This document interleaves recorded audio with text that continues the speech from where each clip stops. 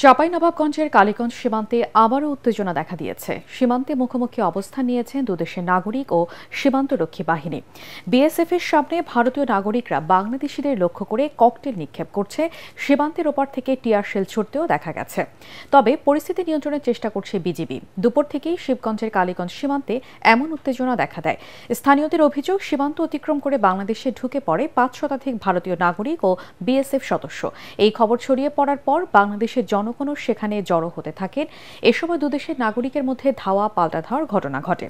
এর আগে গত ৭ জানুয়ারি চৌকাশ সীমান্তে আইন লঙ্ঘন করে বিএসএফ এর পক্ষ থেকে শূন্য রেখায় কাঁটা তারের বেড়া নির্মাণের কাজ শুরু হলে তাতে বাধা দেয় বিজিবি। এতে দুদেশের মধ্যে আবারও কিছুটা টানাপোড়েন দেখা যায়।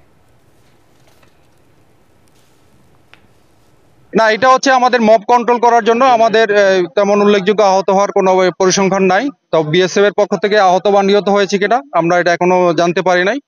তবে আমরা এটা বিভিন্ন মব কন্ট্রোল করার জন্য ওরা সাউন্ড গ্রেনেড নিক্ষেপ করেছে, যেটা ওরা ইন্টারন্যাশনাল আইন যেটা আছে এটা ভঙ্গ করেছে।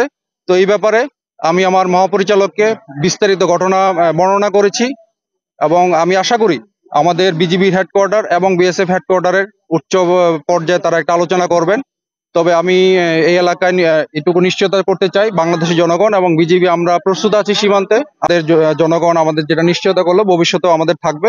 সুতরাং আপনাদের মাধ্যমে আমি রিকোয়েস্ট করতে চাই, বর্তমানে শূন্য লাইন বরাবর আমাদের জনগণকে দূরে সরে আসার জন্য। বিজিবি আমরা দিনরাত প্রস্তুত আছি। আমরা ইনশাল্লাহ যে কোনো পরিস্থিতি আমাদের বিজিবির কন্ট্রোলে আছে। ধন্যবাদ। এবং বিএসএফ এর পক্ষ থেকে দুঃখ প্রকাশ করা হয়েছে, এই যে গাছগুলি কাটা হয়েছে এটা অন্যায় হয়েছে এবং তাদের পক্ষ থেকে তারা এটা ব্যবস্থা নিবে।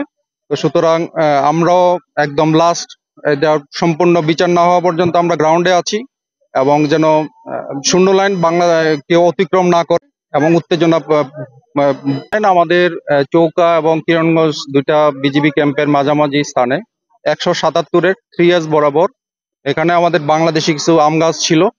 তো ভারতের নাগরিকরা আমাদের এই বাংলাদেশি আম গাছ কাটাকে নিয়ে একটা ভারতীয় নাগরিক এবং বাংলাদেশের নাগরিকের মধ্যে একটা উত্তেজনার পরিস্থিতি সৃষ্টি হয়। সেই ক্ষেত্রে দুই পক্ষ, বাংলাদেশ সাইড এবং ভারতের সাইডে দুই পক্ষ জনগণ